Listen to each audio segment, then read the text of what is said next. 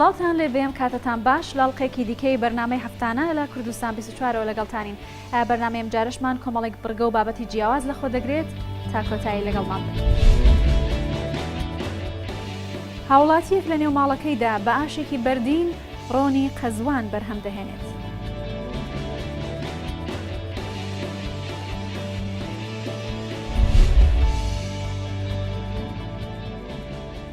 ژنێک بە شێوازێکی تایبەت بە خوری و دار و قماش شێوە دەنەخشێنێت.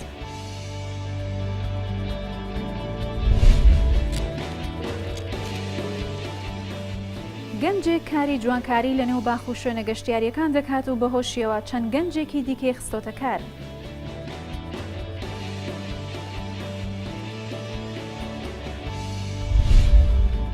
هەندێک جار چونە ناو سروشت و بینینی ئەو کەش و هەوا دڵڕفێنە تایبەتمەندی خۆی هەیە بە تایبەتی ئەگەر تیایدا پێشانگایەکی فلکلۆری تایبەت بە کولتور و کەلەپوری و ناوچەیە کرابێتەوە. لە گوندی دێمان لە دۆڵی شاورێ سەر بە خەزای ڕانیە پێشانگایەکی فلکلۆری تایبەت بە کەرەستە فلکلۆریەکانی ئەو ناوچەیە کراوەتەوە کە جێگەی سەرنجی و گەشتیارانە بۆ کە سەردانی دەکەن بە تایبەتی کە ئامانج لەکردنەوەی و پێشانگایش ڕاکێشانی سەرنجی گەشتیارانی بیانیە بۆ ئەو ناوچەیە.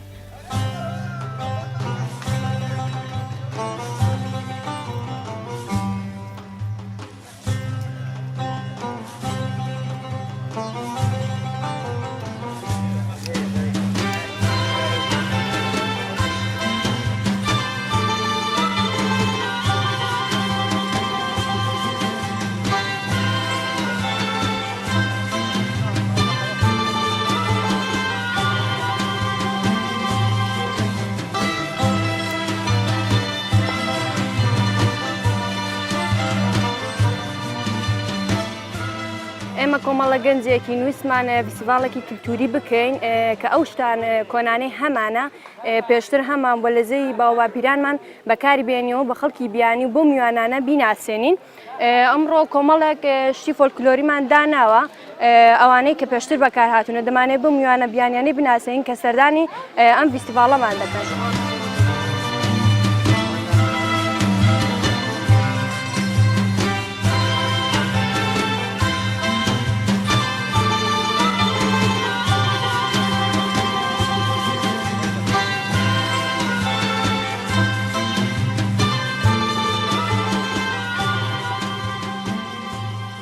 ڕۆستاوین بە سازانی ئەو چالاکێ بۆ کۆمەڵک میوانی بیانی لە سەیرانگای دێمان دیارێرەمان بەباش زانی هەستاوین بە هەڵدانی دوو تاوڵ و هەروەها ئامادەکردنی خواردنە کوردەواریەکان وەکو دۆڵما ترخێنە هەروەها بێتەوە لەگەڵ گەنمە کوتا و ئیدی ئەو بابەتانە ئەو کەلوپەلانەی کە نمایش دەکرێن بریتین لە قوڵی گەنم کوتان دەسک و ئاهنگ هەروەها بێتەوە شەکردن تەشی ڕستن.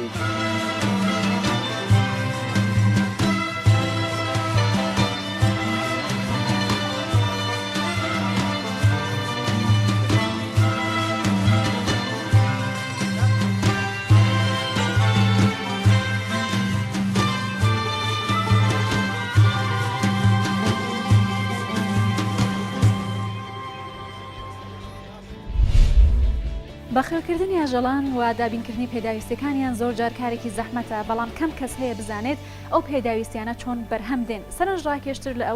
ئەوەیە کە کۆمەڵێک ژن لە گوندی باڵندایی سەر بە کۆمەلگەی سیریە کاری دوورینەوەی ئەو گیانە دەکەن کە وەکو ئالیک بۆ ئەو مەڕووماڵات و ئاژەڵەکان بەکاردێت بێکەوە بەشێک لە کار و زەحمەتەکانیان دەبینێت.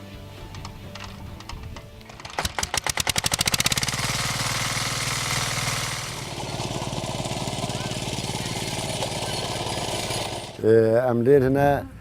ئیشۆمە پەزە سێلن و ئەمە وەتش تۆ خۆدۆنکەین ئەم ئونزەی داینی ئەم ئونزەی داینی مە ئونزە گەلە زۆرێ هەی ئەگە گەرم بیت دەه ڕۆژۆ تێتا دوورینێ ئەگە سەرمۆ بیت چیت بۆ 10-15 ڕۆژۆ هەنگی تێتا دوورینێ سنگی ئەم زێدە زبلی حیوانە لێ داینە دگە کێمیەوە زێدە قووەتێ بکات.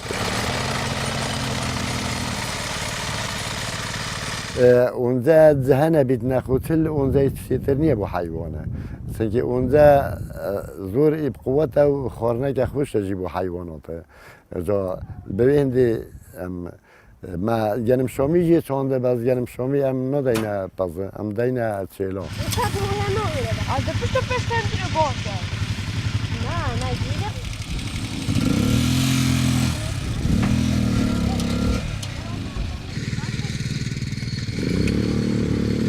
Ez befrînime bolunda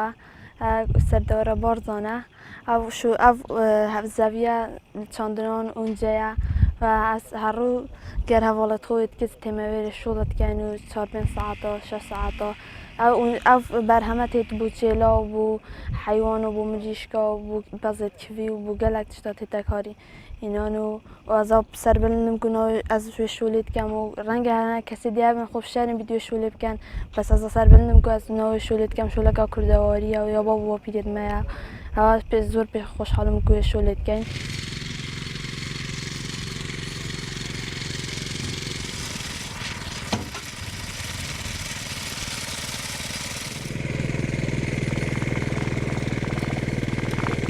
Xwedê nûke Amêrê baş e hatiye derê Amêrê nûke wekî hezanî nêt heca das bîne û melegan bîne û ne wekî heca piştê bîye û nûke spas bi Xwedê motora heyû û çeqçeqeya û Amêrê baş e hatiye derê.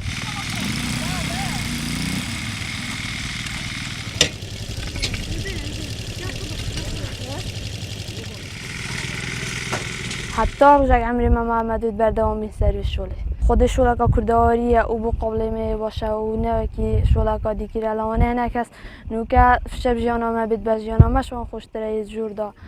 nayêne navê jiyanê de.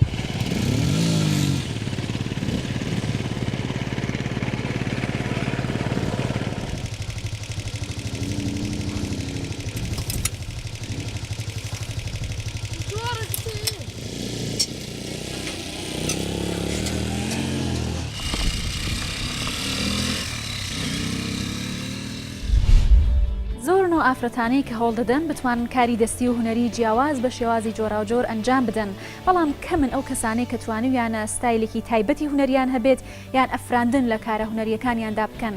ژنێکی کریستیان خەڵکی گوندی بێرسوی سەرو کە گوندێکی مەسیحی نشینی سەر بە زاخۆیە توانوێتی لە پارچە و قوماش و خوری و هەروەها کۆمەڵێک کەرەسەی تایبەت بەرهەمی ناوازەی دەستی بەرهەم بهێنێت کە تایبەتمەندی و ستایلی جیاوازی خۆشی هەیە.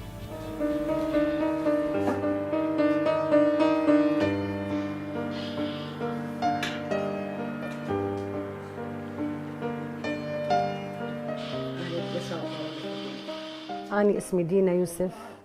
من ناوم دینا یوسفە لە گوندی بێرسوێ کاری دەستی دەکەم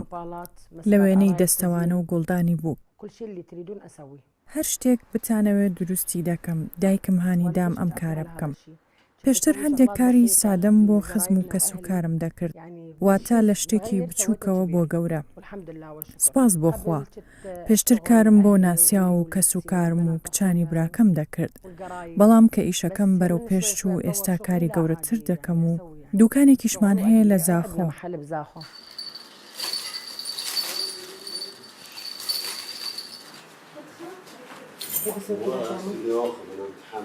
هاي مسكة مع العروسة. ئەمە دەستگیری بووکە بە جۆری ڕەنگی جلی بوو دەبێت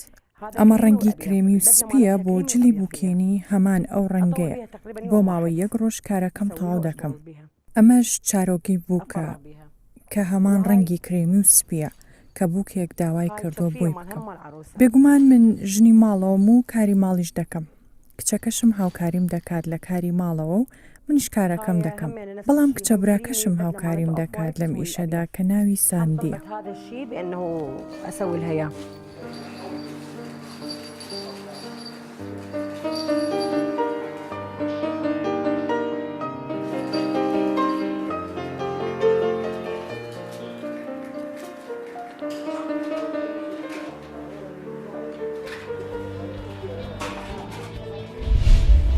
وەرزی پێگەیشتن و کۆکردنەوەی بستە دەستی پێکردووە بستە بەرهەمێکی بەروبوومی پاییزیە ئەم بەرهەمە هەندێک زەحمەتی زۆریشی هەیە و هەفتانە پێویستی بە بژاردان و ئاودانیش هەیە لێرەدا کۆمەڵێک تایبەتمەندی ئەو بەرهەمەتان بۆ دەخینەوە شاهو بصوزي شنور لوي شاهو بصوزي شنور لوي بابا وبيزوازي بلاك الطوي بابا وبيزوازي لە مانگی چوار دەست دەکەین بە چاندنی هەتا مانگی دە ئەم کاتانەسانێت تا مانگی دە خزمەتی ئەەکەین و ئاوی ئەدەین و بژاری ئەەکەین و سەماتی لێدەین و تا لە مانگی دا لە مانگی دە هەڵیەکەین.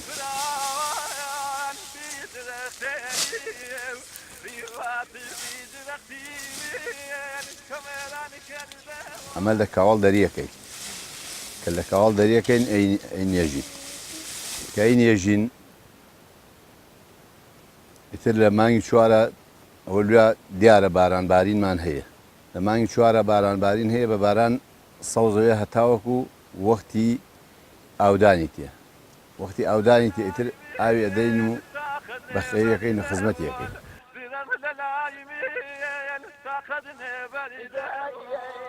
وشلين بدارا مراوجي واوي وشلين بدارا مراوجي واوي كرسالي وداري وجان دلا كراوي كرسالي وداري دلا كراوي والله شوازي بەخێوکردنەکەی وەکو ئاودان هەفتە بە هەفتە ئاو بدرێ باشە لە هەفتە لەم هەفتە مەسەلەن بۆ هەفتەی داهاتوو ئاو بدرێ ئەتر ئاودانەکەی ئەمە ئاودانەکەی وەکو بژار و سەمات و ئەمانشی بەکات لێرین بۆی لەبەرەوە هەم بۆ بەرهەمەکەی بەرهەمی باشوێ هەم بۆ پاکردنی عەرزەکەش یامەکو بۆ هەڵسانی خۆشی کە پاکوێ ڕێژەنی باش وەکو بستە بە تایبەتی جاڵجاڵەکە تۆسکێ جاڵجاڵەکە خراپە کە جاڵجاڵەکە لێیدا ئێمە پێژین جاڵجاڵەکە ئێوە ئەزانم شیازێتر بەس ئالاکولین جاڵجاڵەکە کە لێیدا وەکو بڵێن ئەیسووتێنی وەکو ئەیسووتێنیە وای پێکاتە لە ژێری ئەم ئەرزا لە ژێر ئەم ئەرزا ئەو بەرەن لێ نادا ئەوەنە جاڵجاڵەکە لەسەرۆکە لێدا لە ئەو لەسەرۆ لێدا ئەو لە خوارەوە تەسیرەکە لێ کە خراپەوێت.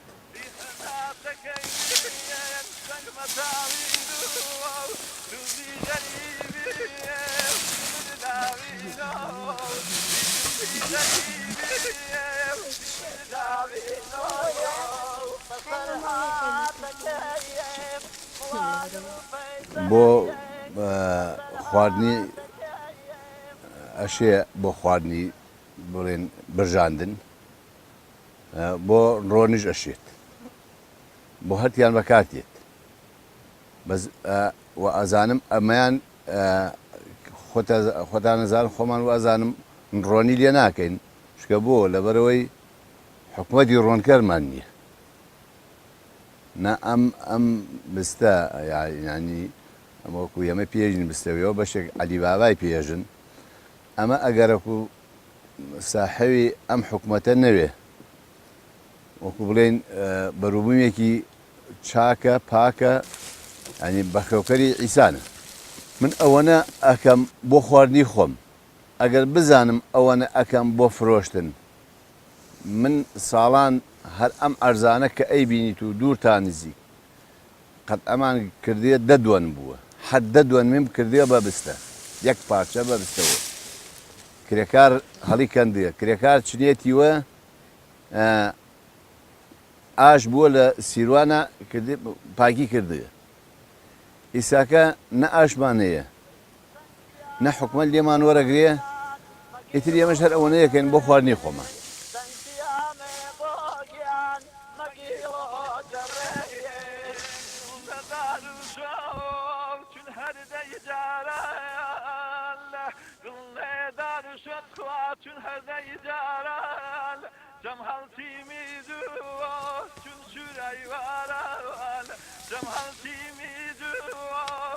Should I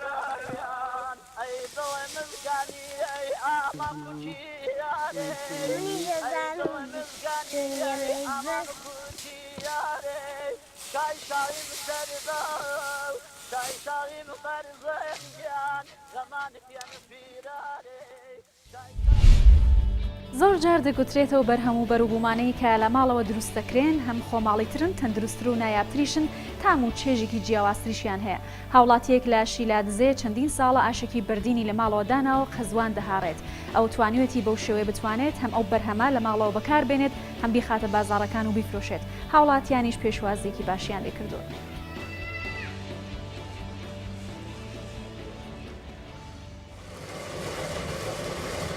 دیاب ئۆشە نه هەند ئۆشەکی مەزنە بەس بۆ مەل مۆڵۆ خۆی دەستکردی و بەرەویژی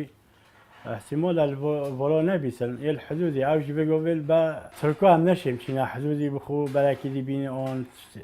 بيچاي پیش بخين خدا بلد قديم دوما هنگي آزادی با كم چوری بخوتينو كاس مانا عنابو بيقول توبول بيدان طيارة سيسن مو نشيد چتا ويجي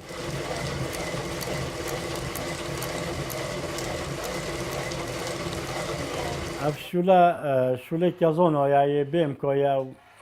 رغبت خلقی ما جلا کل سر های حجت کن جلای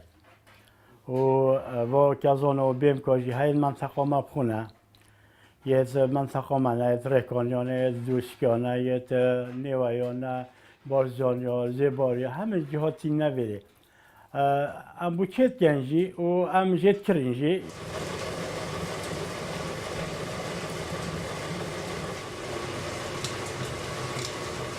فأبا خورناكو قديمة يا بو بيرد مايا يعني قديم افتشتهار هبو هنجي وقت جوني بو دستور دستي بو وقوبي الحمد لله ما كيت بيشي خستي بايكي كهربي بزحمة بو ما هندايت بين الشغل هندايت بين قوشما هندايت بين كازونة هيروي هر دبرك وكو خزونة بيشتن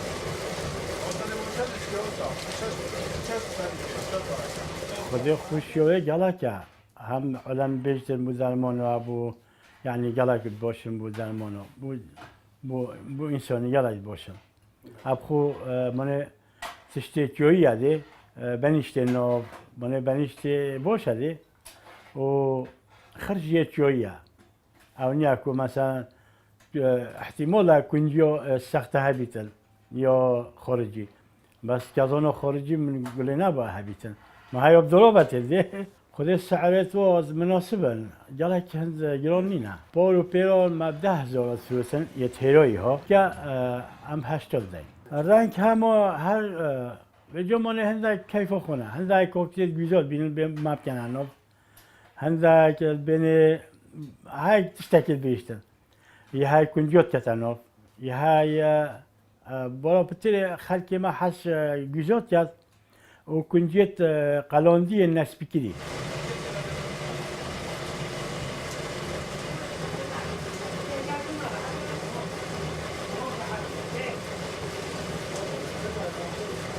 بيمك تظني بيمك نانم ترى أبخوت الشيء همون سكريني يا خوشة بس هني كازونا يا رقة كازون جلا كارقة من ياكو بربرينو هذه زرقن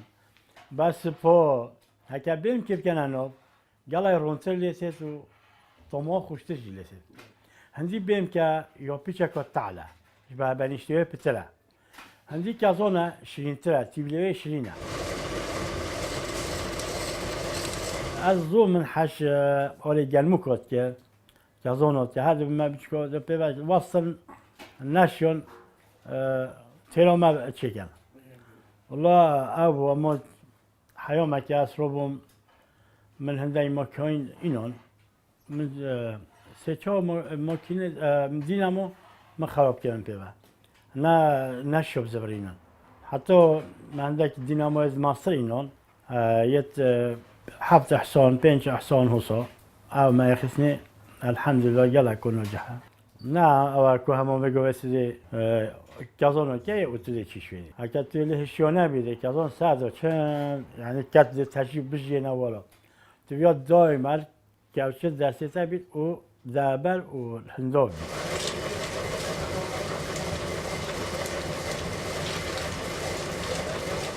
مزید توعی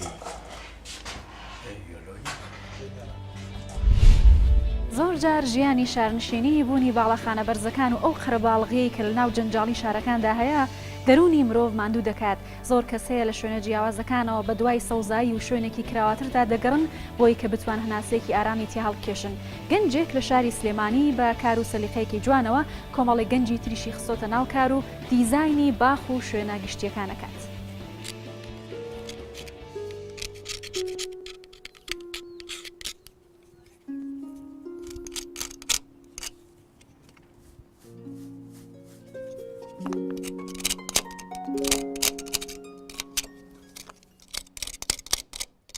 من ڕزگار جەواد دانیشتو شاری سلێمانیم لە دایکبووی ساڵی 1992 بەشی شوێنەوارم تەواو کردووە لە زانکۆی سلێمانی بەشی ئاسار بەشی قەدیم.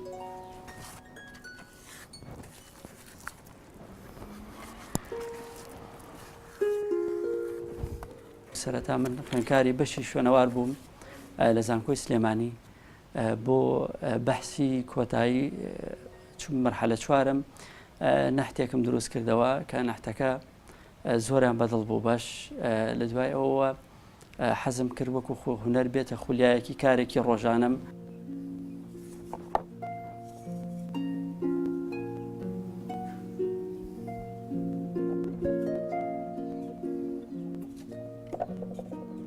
لە ئێستا خەڵک حەزێکی زۆری بۆ ئەم دیکۆرات و ئیشی نافورە و جوانکاریە هەیە بە تایبەتی بۆ کافتریاکان بۆ ڕێستۆرانتەکان بۆ ماڵەکان بۆ باغ بۆ زۆربەی شوێنەکان خۆم لە بەرنامە بشمایە ئەگەر هاوکاریم بکرێ حەزەکەم لە شەقامەکانی شاری سلێمانی شتی جوان پێشکەشکەم شتی جوان دروستکەم وەک ئەوەی کە لە وڵاتانی دەوروبەرا هەیە.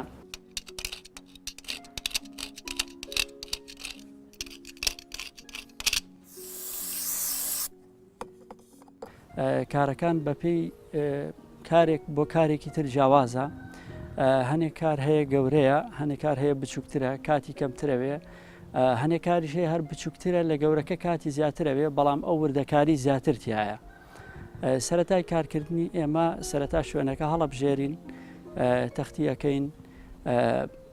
دیزاینی ئاوەکەی سەرەتا بۆ دائەڕێژین دوای ئەوە ئێمە شیشە بەستین و کۆنکرێتی تێکەین کۆنکرێتەکەش چوارسەیی بێ لەبەر ئەوەی بۆ ئەوەی بەقووەتر بێ و زیاتر بەرگەی مانەوە بگرێ.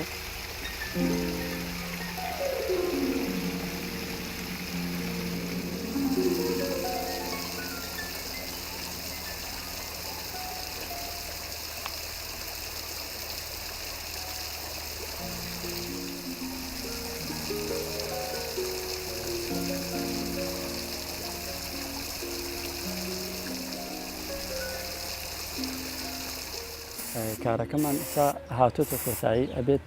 ڕەنگەکان بە پێی دیزاینی ئەو ڕەنگەی کردومانە ئەمەش هەر ئەو ڕەنگەی بینێ ڕەنگەکانیش زیاتر ئەبستراکە وەکو شتێکی خەیاڵە بەزە بێ گونجاندنی لەگەڵا بکەین.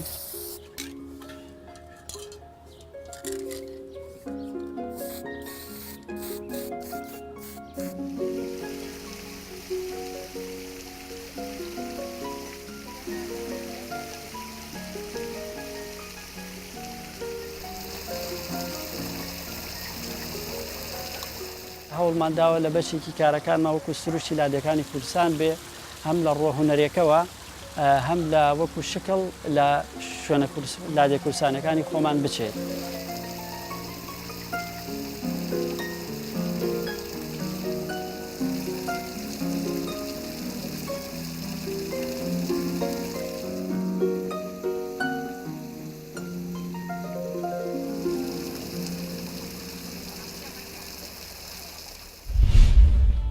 لە ماوەی ڕابردوودا بە بەرنامەی هەفتانە لە کوردستان 24ەوە لەگەڵتان بووین تا پێگەیشتنەوەیکی تر هەر شاد و بەختەوەر.